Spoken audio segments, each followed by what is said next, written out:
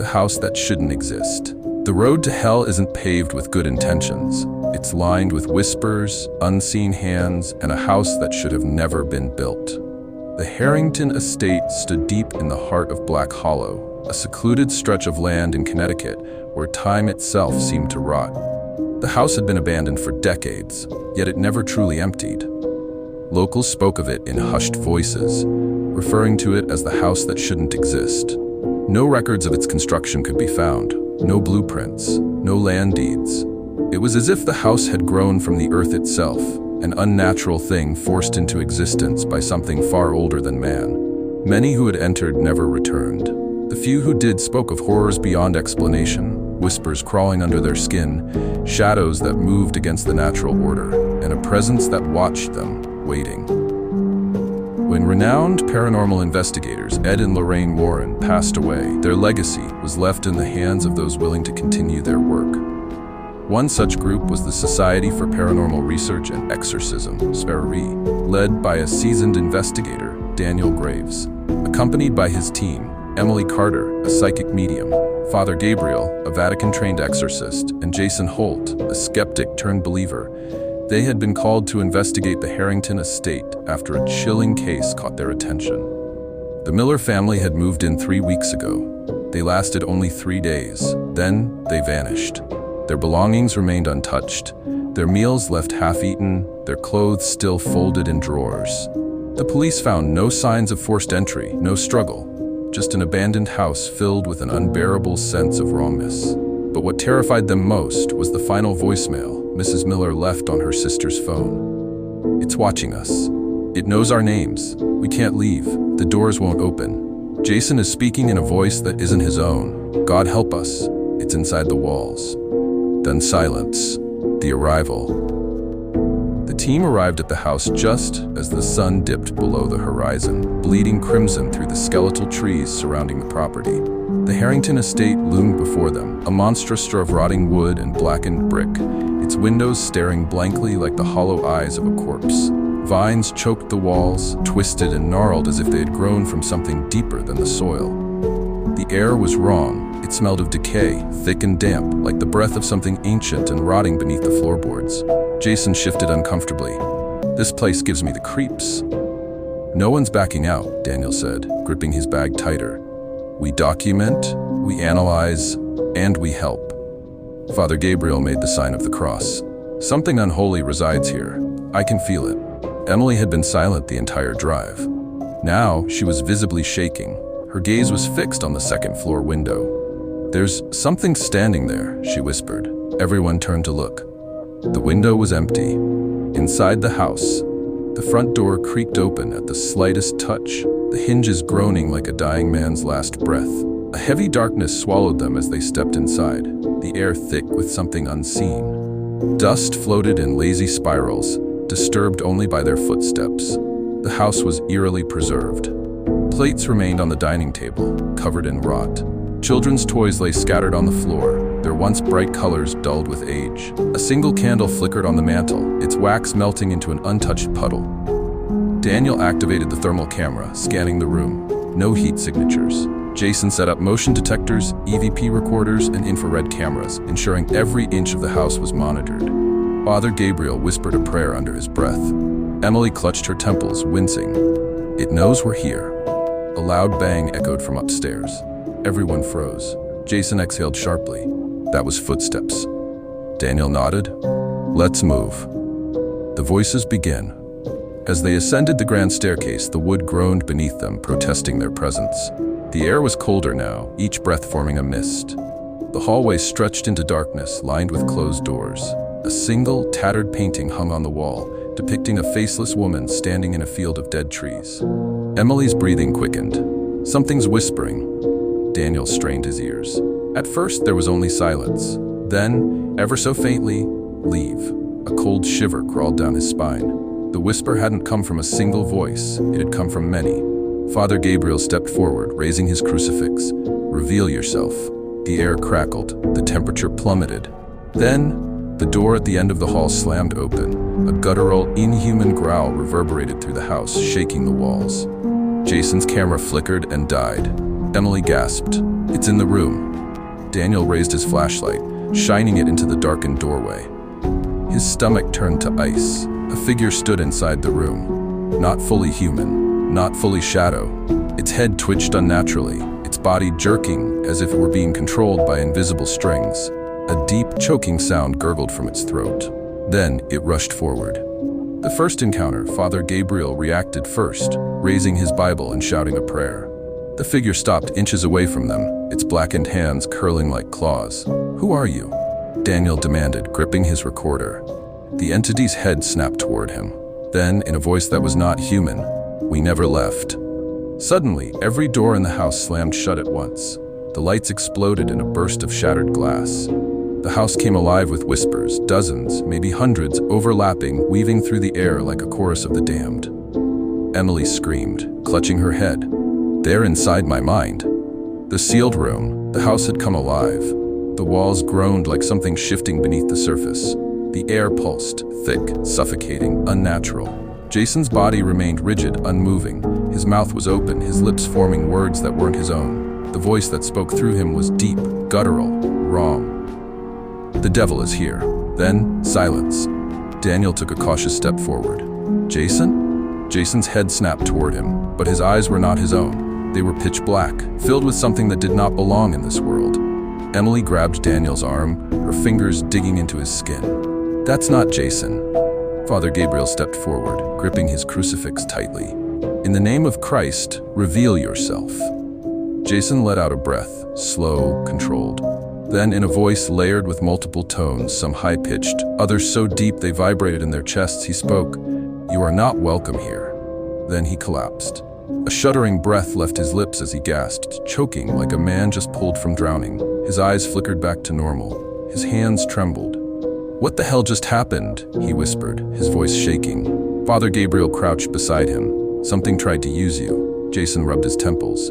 "I felt cold, like I wasn't in control." He looked up, his expression dark. "But I heard something. A word. Over and over again." Emily swallowed hard. "What word?" Jason hesitated. Just then, almost too quietly, "The sealed room." The door that shouldn't exist. The team gathered themselves, shaken but determined. Daniel made sure Jason could walk on his own before they moved deeper into the house. The hallway stretched before them, longer than it should have been. The architecture made no sense. The deeper they walked, the more the house seemed to shift. "This hallway wasn't this long before," Jason muttered. Emily nodded, rubbing her arms. "The house is changing." Then they saw it. At the very end of the hall, where there had been nothing but wall before, now stood a door. It was old, ancient even. The wood was cracked, the surface covered in deep scratches. Rusted chains were wrapped around it, and carvings, symbols none of them recognized, had been burned into the wood. Daniel reached out to touch the door. Bang! A massive force struck the other side. The entire house shook. Emily stumbled backward, gasping. "Oh my God, there's something inside." Jason aimed his camera at the door. "We need to get this on record." Father Gabriel took a step closer, holding his cross in front of him. He traced his fingers over the carvings, his brows furrowing. "These are not normal symbols," he murmured. "They're warnings." Jason frowned. "Warnings?" Father Gabriel exhaled. "Whoever sealed this door, they were trying to keep something in." Another bang. The chains rattled violently. Then, for the first time, they heard it. A voice, a whisper from the other side. "Let me out." A voice from the past. Emily clutched her head, her breathing ragged. It's in my mind." Daniel turned to her. "What do you mean?" Emily shook violently. "It's showing me things." She squeezed her eyes shut, her body trembling. Then, her head snapped up, and her voice changed. It was built to trap something. Something that was never meant to exist in this world. Jason's grip tightened on his camera. "Emily?" Emily's lips moved again, but the voice that came out was not hers. They tried to bury it, but it wakes and it watches. Her eyes rolled back and she gasped, collapsing to the floor. Father Gabriel knelt beside her, pressing a hand to her forehead. He whispered a prayer, his face lined with concern. Daniel helped her sit up. "Emily, what did you see?" Her voice trembled. The room, it was never part of the house. It was built around something. They trapped it inside. They thought it would never get out. Jason took a step back, his voice low. "Then why the hell is it trying to now?" No one had an answer. The chains break. The air grew thick, heavy. It pressed against them like a weight, suffocating and dense. The chains on the door rattled violently. Jason's camera glitched. Static rippled across the screen. Then, the first chain snapped. Daniel's breath caught. "We need to leave." Another chain snapped. Emily backed away. "It's waking up." The third chain burst apart. Then slowly, the door began to creak open. A cold, putrid wind blew from inside. The stench of rot and decay filled the hallway. Jason aimed his flashlight toward the gap. At first, there was nothing but blackness. Then, something moved. A hand, not human. Too long, too thin. The fingers twisted unnaturally, the nails blackened and jagged. A whisper crawled through the air. "I see you." Jason stumbled back, dropping his flashlight. "Holy," Father Gabriel raised his cross. "Back, in the name of Christ, I command you." The door slammed open. A figure emerged. Tall, unnatural, its body twisted, its face hidden in the shadows, but its eyes, black voids, endless and empty, stared directly at them. Emily screamed. The walls trembled, the house shook violently, and then the lights died. The last thing they heard before the world went black, a whisper. "You should never have come here." The black mass? The moment the door slammed open, the world collapsed into darkness. The air thickened, suffocating them with the stench of rot, and something even worse, something ancient, something wrong. Daniel's flashlight flickered weakly, casting jittery beams of light into the pitch-black abyss beyond the threshold. Jason fumbled for his camera, but the screen was nothing but static. Father Gabriel clutched his crucifix.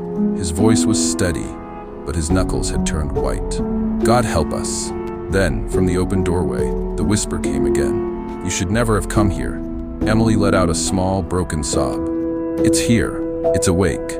The shadowed figure standing in the doorway was tall, its body unnatural, wrong. Its limbs twitched as if controlled by invisible strings, and its black, empty eyes stared directly at them. Then it moved. The first attack. With an unnatural jerk, the figure lunged forward. The room shook violently. Jason let out a strangled yell as he was lifted off his feet and thrown against the wall. His body hit the floor with a sickening crack. Emily screamed, scrambling backward. "It's in the room." Father Gabriel thrust his crucifix forward. "Be gone. In the name of the Lord, I command you." A horrific, guttural scream ripped through the air, so loud and unnatural that the walls seemed to tremble with it. The entity staggered back. For a brief second, the darkness seemed to shrink away from the crucifix's light. Daniel grabbed Jason, dragging him back. "We have to move! Now!" Jason coughed, his eyes wide with terror. "It's inside my head. It's whispering." Then the lights flickered, the house shuddered, and suddenly, they weren't alone. The black mass begins. The darkness inside the sealed room spread like a living thing, pouring out into the hallway. Shapes began to emerge. Dozens, no hundreds. Figures stood in the shadows, their bodies distorted, their faces twisted into expressions of agony. Jason's voice was barely a whisper. "Are those people?" Father Gabriel's face was pale. They were. The shadows moved, twisted, and then they began to chant. A deep, inhuman sound filled the air, vibrating in their bones. The voices layered, overlapping, whispering, chanting, until the words became clear. "We give ourselves to the Dark One. We drink the blood. We serve the Master." Emily's hands flew to her ears. "Make it stop. Make it stop." Jason grabbed Daniel's arm. "We need to get out of here." But the shadows stepped closer. The black mass had begun. The ritual of blood. The room shifted around them. The walls stretched, elongating, warping, as if the house itself was folding into another reality. The air became thick with the smell of burning flesh. Daniel's breath caught. "We're not in the house anymore." They were in a church, or at least what had once been a church. The pews were rotting, the altar was stained black, and above them the stained glass windows no longer showed saints or angels, but twisted figures, horned and grinning, their hands outstretched. At the altar stood a figure dressed in black robes. Its face was hidden beneath a hood, but its hands, long, pale, unnatural, were outstretched. Before it, a body lay on the altar. Emily's stomach twisted. "That's a child," Jason gagged. "This is a sacrifice." Father Gabriel's voice was barely above a whisper. "The Black Mass. It's a ritual of devotion to the devil himself." The robed figure raised a long, jagged dagger, and as the blade came down, the entire scene collapsed. The return to reality. They were back in the hallway of the Harrington estate. The shadows were gone. The whispers had faded, but the door to the sealed room was now wide open. Emily was trembling. That wasn't just a vision. That actually happened, didn't it? Father Gabriel nodded. His face was grim. This house was built over something evil. The Black Mass was held here long ago, and the ritual never ended. Jason wiped sweat from his face. So what now? That thing, whatever was trapped in there, it's out now. Daniel exhaled sharply. We need to find out what happened here. We need answers, because if that ritual is still active... He turned to face the darkness beyond the door. Then something worse is coming. The haunting of the dead. The deeper they ventured, the more the walls whispered, groaned, and breathed like something alive. The stench of decay was thick, as if something had died long ago and never left. Mark gripped Lily's hand tightly, his knuckles white. We need to get out of here, he muttered. But the hallway ahead had changed. The staircase they had come down was gone, replaced by a long corridor lined with fading portraits. Each one of them had faces that moved. Lorraine gasped as the eyes in the paintings followed them. Some wept blood, others grinned too wide. But one was different. It was a painting of a little girl in a black dress. Unlike the others, she didn't move. She simply stared forward, her mouth stitched shut with thick black thread. Lily whimpered. I don't like her. Then, without warning, the little girl turned her head. The sound of snapping bone echoed through the hallway. And then, she stepped out of the painting. A horrible, wet, ripping sound filled the air as her tiny feet touched the wooden floor. The black threads over her lips began to unravel on their own. Then, she spoke. You shouldn't be here. Her voice was wrong, too deep, too hollow. Lorraine stumbled back, gripping her rosary. Dear God.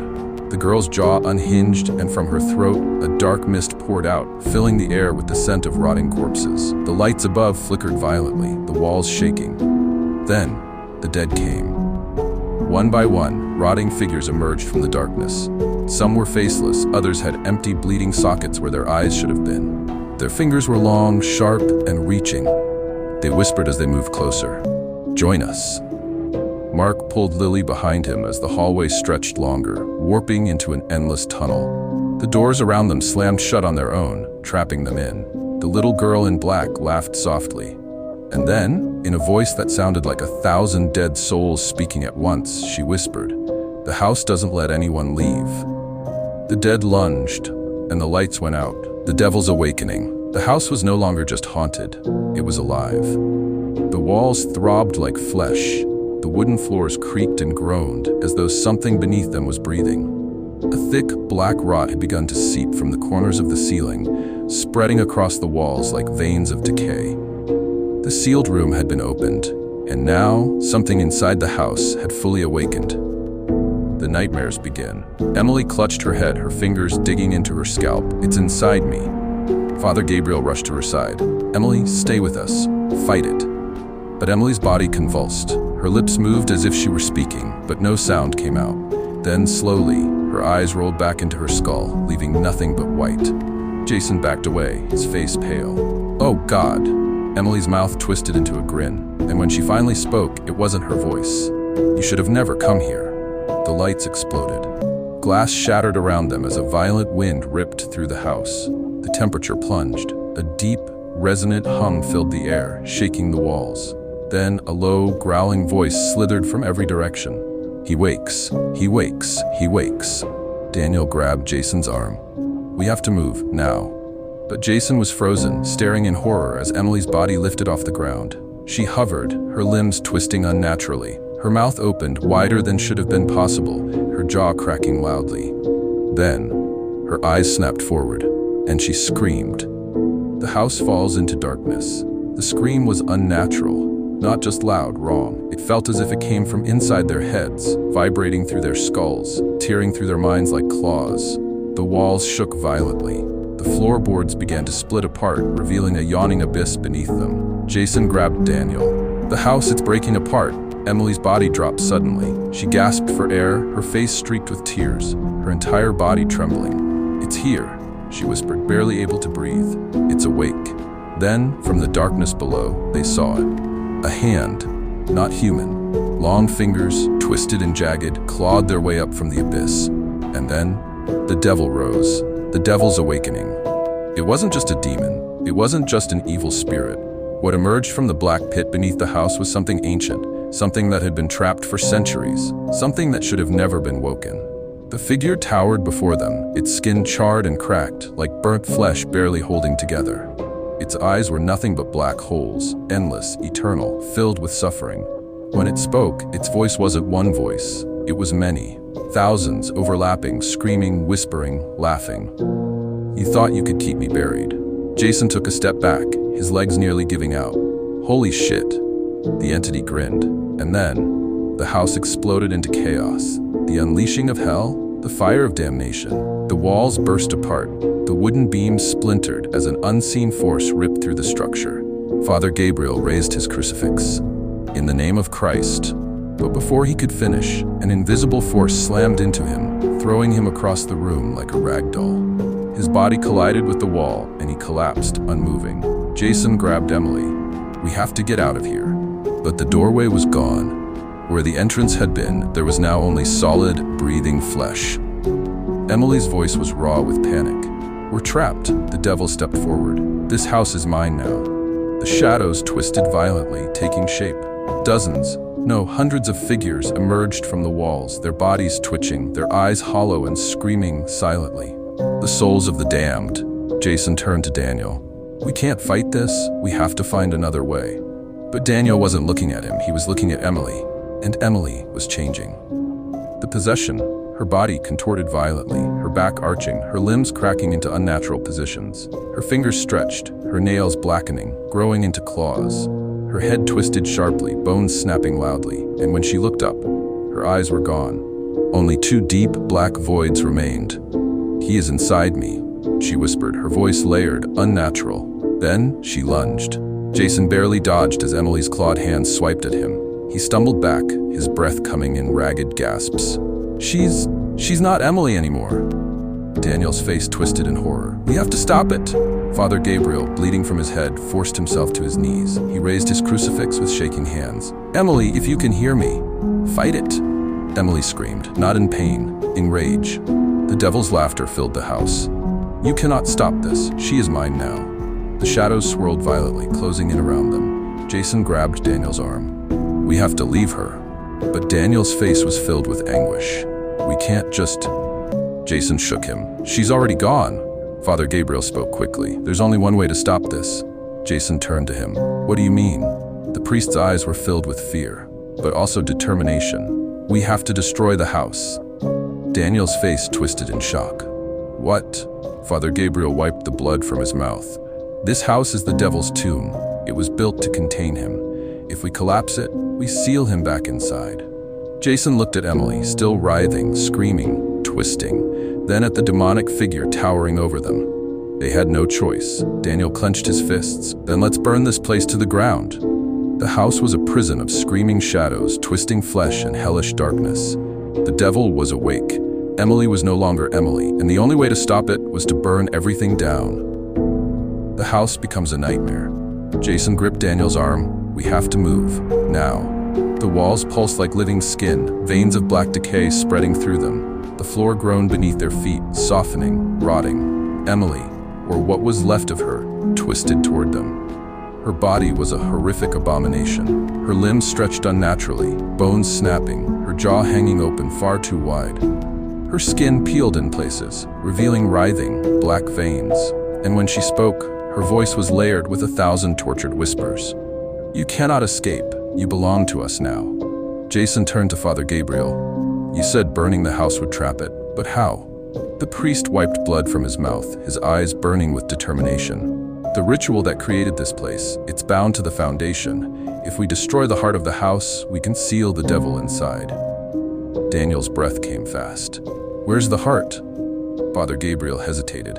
Then, slowly, he turned his gaze to the basement. Jason's stomach dropped. "Of course, the one place we haven't gone." A deep, guttural laugh rumbled through the house. "You will not make it to the heart." The walls exploded outward. A horde of writhing, twitching figures poured out. The damned, the descent into hell.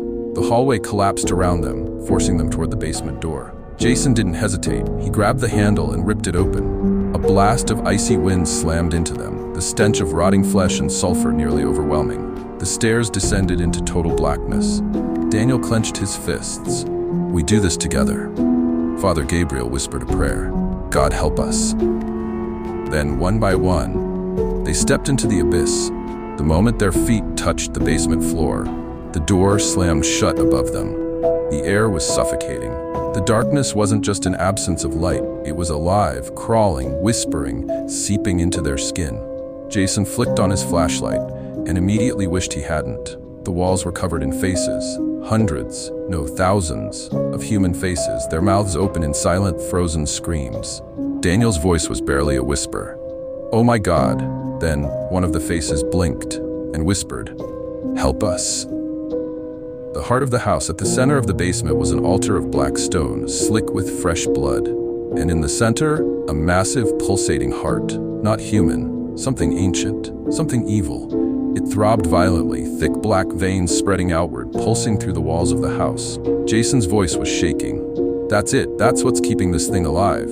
Father Gabriel stepped forward, raising his crucifix. "We end this now." The moment he spoke, the entire basement lurched. The walls shrieked, and from the darkness, Emily lunged. The final battle, her claws tore into Jason's shoulder. He screamed, shoving her back, but she was inhumanly strong. Her head snapped toward him, her grin stretching far too wide.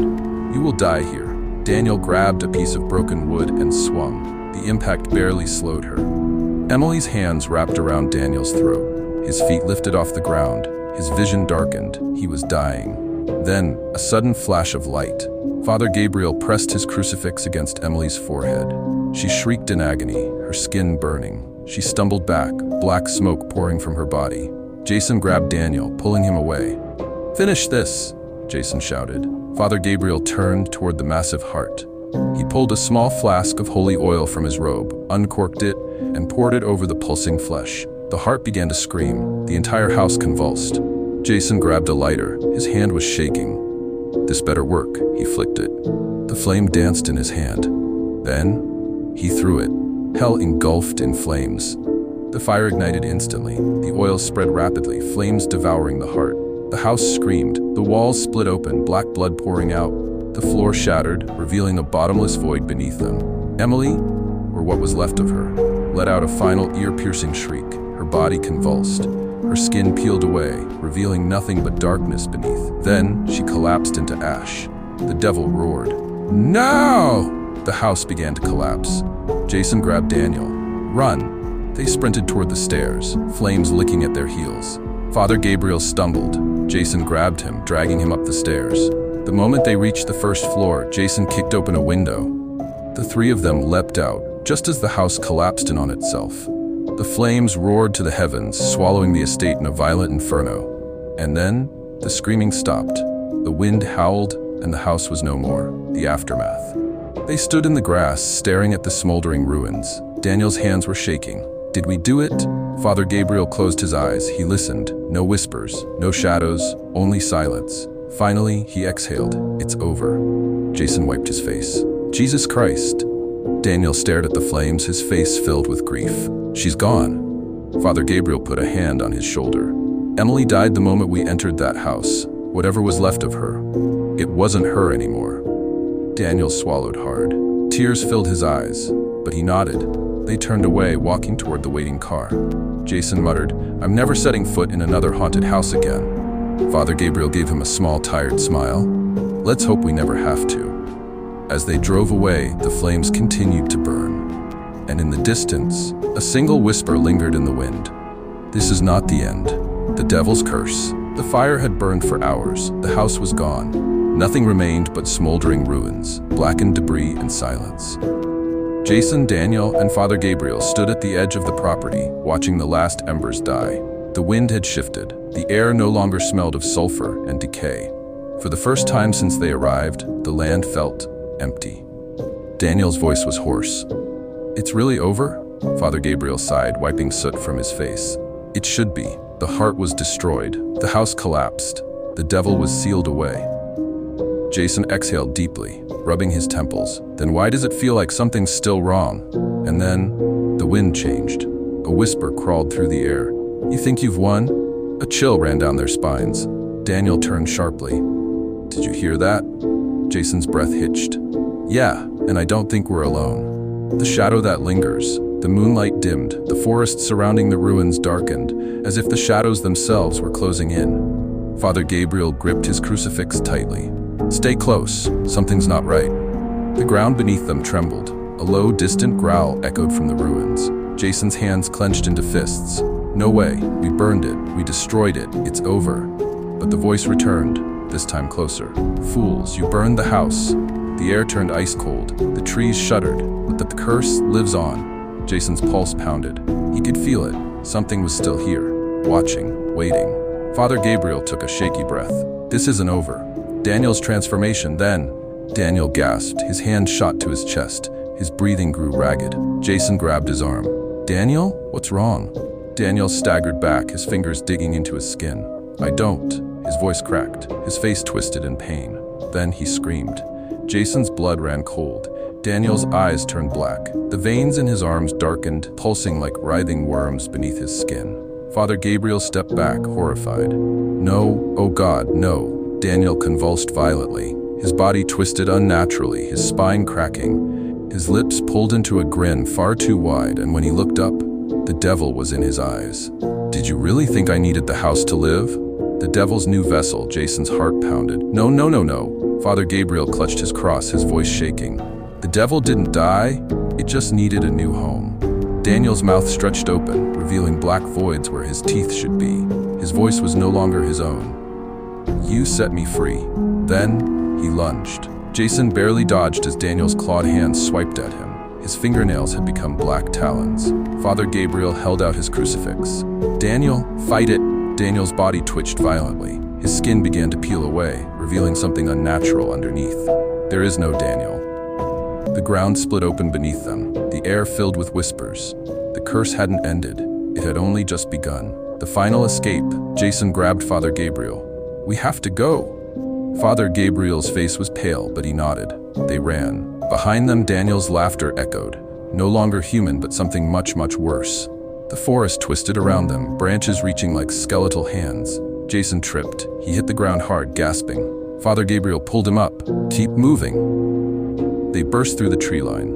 Jason's car was just ahead. They piled in. Jason fumbled with the keys, his hands shaking. A low, guttural voice whispered from the back seat. "You can't run from me." Jason's breath caught in his throat. He turned, but nothing was there. The car roared to life. They sped down the road, leaving the burning ruins behind. But they knew the truth. The house was gone. But the devil still walked the earth. The last revelation. Hours later, Jason pulled into an old church parking lot. They stumbled inside, exhausted, broken. Father Gabriel collapsed into a pew, rubbing his temples. "I thought we won." Jason swallowed hard.